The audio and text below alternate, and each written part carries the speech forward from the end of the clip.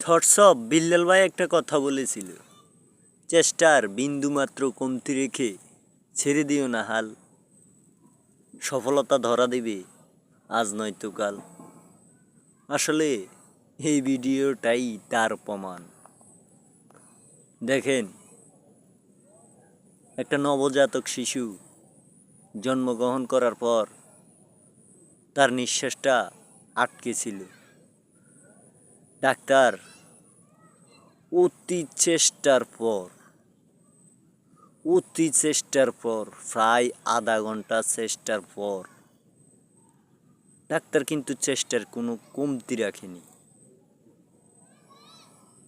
ডাক্তারের চেষ্টার বিন্দুমাত্র কমতি ছিল না বলেই আজ এই নবজাতক শিশু আবারও প্রাণ ফিরে পেয়েছে। হয়তোবা ডাক্তারের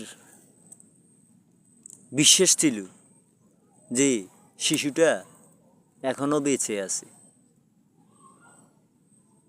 এই কারণে ডাক্তার তার সর্বোচ্চ চেষ্টাটা দিয়ে কিন্তু সে সফল হয়েছে।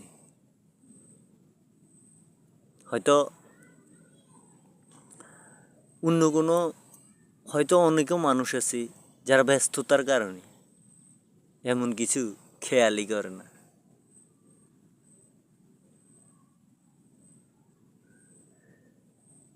তাই বলি কি ভাই, তুমি যে কোনো একটা কাজে সফল হতে পারোনি, তাতে কি, চেষ্টা চালিয়ে যাও, চেষ্টার বিন্দুমাত্র কমতি রেখো না। ওই যে থটস অফ বিল্লাল ভাই বলেছিল, চেষ্টার বিন্দুমাত্র কমতি রেখে ছেড়ে দিও না হাল, সফলতা ধরা দিবে আজ নয়তো কাল। আসলেই এই ভিডিওটা তারই একটা প্রমাণ।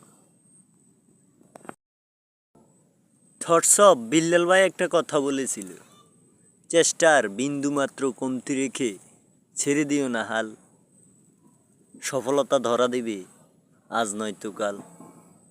আসলে এই ভিডিওটাই তার প্রমাণ। দেখেন, একটা নবজাতক শিশু জন্মগ্রহণ করার পর তার নিঃশ্বাসটা আটকে ছিল। ডাক্তার অতি চেষ্টার পর প্রায় আধা ঘন্টা চেষ্টার পর ডাক্তার কিন্তু চেষ্টার কোনো কমতি রাখেনি। ডাক্তারের চেষ্টার বিন্দুমাত্র কমতি ছিল না বলেই আজ এই নবজাতক শিশু আবারও প্রাণ ফিরে পেয়েছে। হয়তোবা ডাক্তারের বিশ্বাস ছিল যে শিশুটা এখনো বেঁচে আছে, এই কারণে ডাক্তার তার সর্বোচ্চ চেষ্টাটা দিয়ে কিন্তু সে সফল হয়েছে।